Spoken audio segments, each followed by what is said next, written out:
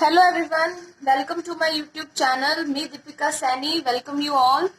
So as you all know, we are discussing second chapter called Gauss theorem and its applications. तो इस chapter में हमने discuss कर लिया है what is Gauss theorem, what is electric flux, है ना, गाउस थ्योरम से रिलेटेड डेरिवेशंस. लास्ट वीडियो में हमने डिस्कस किया था force on the surface of charge conductor. आज हम डिस्कस करने वाले हैं एक और टॉपिक, और I can say the last topic of this chapter called equilibrium of charged soap bubble. यानी अगर हम एक सोप बबल यानी साबुन के बुलबुले को आवेशित कर रहे हैं तो उसके इक्विलिब्रियम यानी कि साम्य अवस्था की कंडीशन क्या होगी. तो यही समझने के लिए हम स्टार्ट करते हैं आज का वीडियो. तो देखिए, हमारे पास में एक बबल है, सोप बबल, जिसकी रेडियस आर है और ये इसका सेंटर है ओ. तो आपको पता है सोप बबल के अंदर जो एयर होती है वो इस पे प्रेशर लगाती है बाहर की तरफ. उसे मैंने यहाँ पी इन से शो किया है. पी इन प्रेशर है applied by the air inside the soap bubble, यानी साबुन के बुलबुले के अंदर जो हवा है वो बाहर की तरफ उस पर प्रेशर लगाती है. ठीक उसी टाइम पे एटमॉस्फेरिक प्रेशर भी अपना रोल प्ले करता है. तो वो एटमॉस्फेरिक प्रेशर बाहर से अंदर की तरफ इस पर एटमॉस्फेरिक प्रेशर अप्लाई करता है, जिसको हम पी आउट से दिखा रहे हैं यहाँ पे. और आपने 11th क्लास में ऑलरेडी पढ़ा था एक टर्म जिसको हम कहते हैं सरफेस टेंशन. तो वो सरफेस टेंशन भी बाहर से अंदर की तरफ इस पर प्रेशर लगा रही होती है. अब ये जो सोप बबल है इस पे साइमल्टेनियसली 3 प्रेशर काम कर रहे हैं. अभी हमने इसे चार्ज नहीं दिया है, तो एक तो लग रहा है एयर की वजह से बाहर की तरफ, एक लग रहा है एटमॉस्फेयर की वजह से अंदर की तरफ, और एक सरफेस टेंशन की वजह से अंदर की तरफ. तो अगर ये प्रेशर बैलेंस नहीं होंगे एक दूसरे से तो जो बबल है वो बर्स्ट हो जाएगा, बबल टूट जाएगा.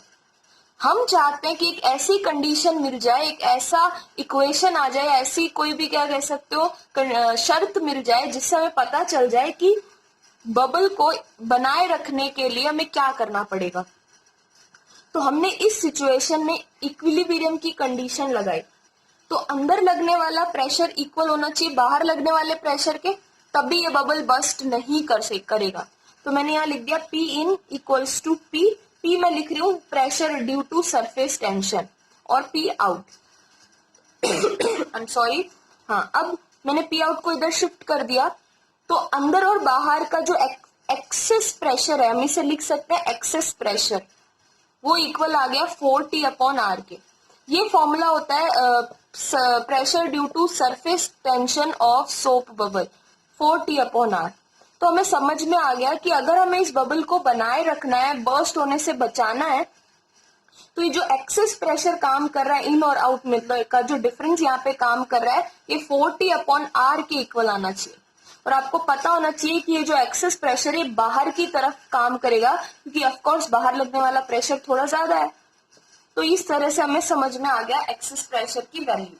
अब अगर मैं इसी चार्ज मतलब सोप बबल को चार्ज प्रोवाइड कर दूं, तो जब हम इसको चार्ज प्रोवाइड करेंगे तो वो चार्ज इसकी सरफेस पे फैल जाएगा.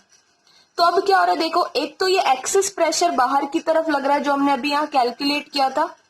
दूसरा यहाँ पे क्या काम करेगा, हमने प्रीवियस वीडियो में इलेक्ट्रोस्टैटिक प्रेशर पढ़ा था बच्चों.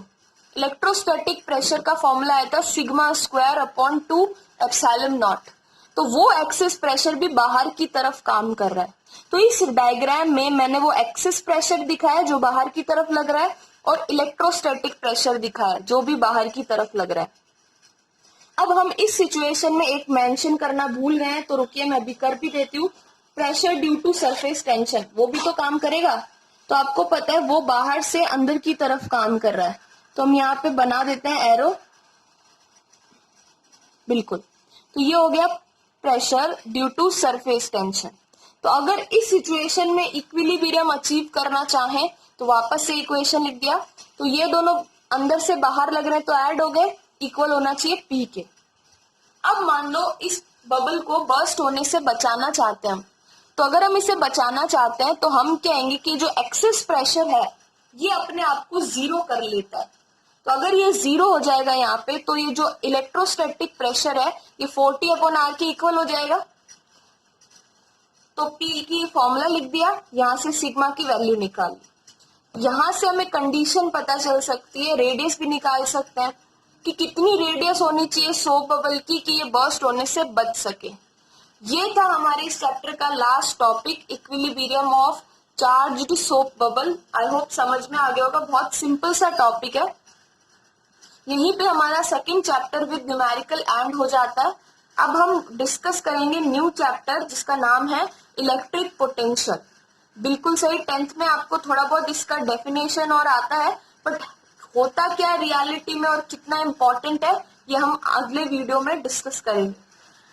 हमारे साथ में बने रहिए और देखते रहिए हमारा चैनल। अगर आपने अभी तक सब्सक्राइब नहीं किया है तो आप सब्सक्राइब कर सकते हैं, कमेंट कर सकते हैं और अपने दोस्तों के साथ में शेयर कर सकते हैं।